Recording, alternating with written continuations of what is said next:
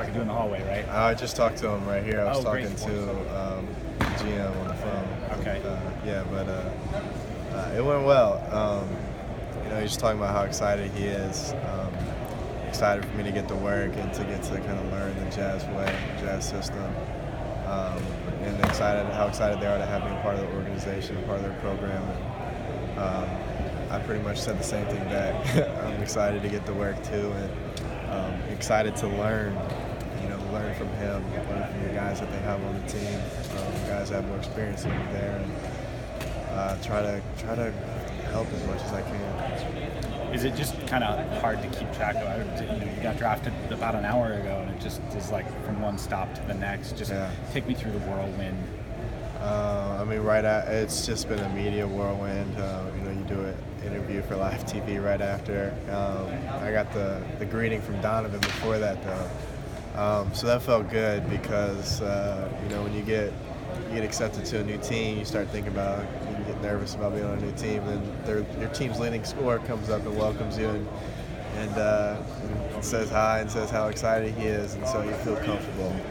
So I'm really excited about playing with Donovan and have a lot of respect for his game. And then coming back here and hitting the full media circuit, being pulled in a bunch of different places, but it's a lot of fun because I'm representing the Jazz now. I'm representing a new team, and it's the next opportunity for me.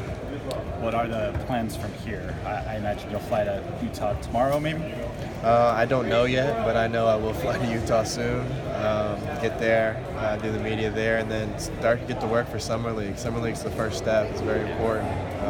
It's your first chance to play an NBA-style game. Even though it's not the real NBA, playing against the real guys. But Summer League is a great opportunity. It's a competitive time. And so I'm going to approach it very seriously and prepare as much as I can for that, and then get to work for training camp and preseason. Grayson, you get to start Summer League actually in Utah, the Utah Jazz Summer League. What does that mean for you? That's really cool to be in Utah. I'm sure there'll be, to just stay in Utah and get accustomed to the state, Salt Lake City, be around the fans. I know that the fans there are extremely passionate. I love that I'm going to a place that has passionate fans.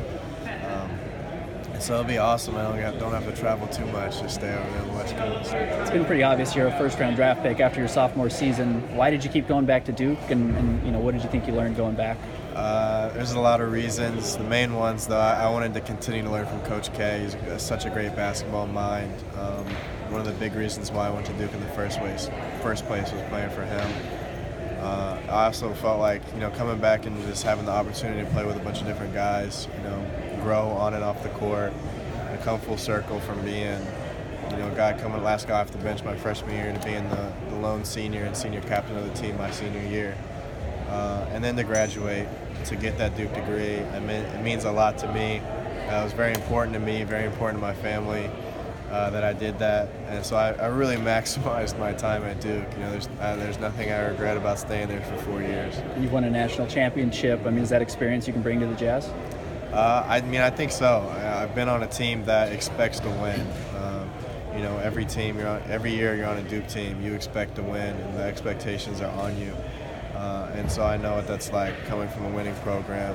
I've won at all levels that I've played with so far, high school, AAU, and college too. And I hope to continue that and bring as much as I can to the Jazz.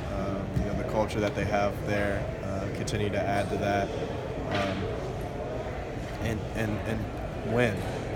The Jazz are on the rise. They had a great year last year. They have a lot of talent on the team, and especially with how well Donovan is playing now.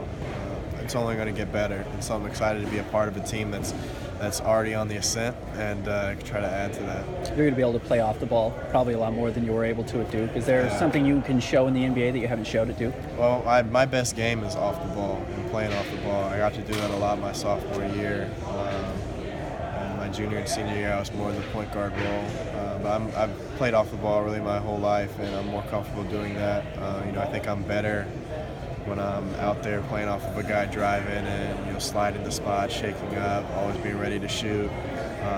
Attacking a closeout, with the space on the floor in the NBA and the space that the Jazz play with all the shooters around. There's a lot of room to drive and attack, and I can do that in attacking and use my athleticism to finish at the rim. Or I've learned to become a good passer and learned to make the right play when playing at Duke, and that's where I can use the vision that I've gained to pass and find the open guy, find the open shooter. So I'm really excited. I think my best basketball is ahead of me, and so I'm really excited about continuing to improve that. Have you ever played with a guy like Rudy Gobert who can protect the rim behind you like that? Yeah, definitely not. I've played with a lot of great big men, but someone with his size and length and shot blocking ability, that's going to be amazing. It gives you a lot more confidence when you're out there on the perimeter guarding guys. You can be a little bit more aggressive because if they get by you, they're either going to get a block or they're going to have a tough time getting it over him. You look at Jaleel and Justice and Brandon Ingram and the two guys today. I mean, Luke Kennard. You've played with so many first-rounders. What's it like that it's your turn now? It's awesome. It feels a little bit surreal. It still feels like I'm kind of going to wake up tomorrow and not be real, but it's awesome. I've been so happy for those guys and seen what they've done. Really the past 4 years at Duke, I've had a guy go top 3 every year that I played with. I've had multiple teammates in the first or second round. And, I've seen guys that I played with go every route, first round, second round, undrafted, take every route into their first career in the league, from playing right away to, working through being on the bench to playing in the G League. And so I've gotten advice from all different angles. And so now that it's my turn, I feel ready and prepared for it, no matter what I have to do next. Is it weird that this, in some sense, signals the end of your college career? The draft process is over, and now, it actually begins? The rest of your life begins? Is that a weird before and after? It kind of is. It's. I don't think I was really holding on to my college career anymore, but this is definitely it for me. I found my new team, and I'm kind of excited to get the first step in my professional journey out of the way. I know who I'm going to play for now, and now the next step is getting to work and getting out there on the court. And what motivates you now? Still the love of the game. It doesn't change. I don't have any external motivation. It all comes from within. I love to play. I love to compete. I've always been passionate about basketball. I've been passionate about winning and playing the game, and I'm going to have that my whole life. And so it doesn't change. I'm still going to get to work, still going to get in the gym. Now it's just an adjustment of playing at a different level.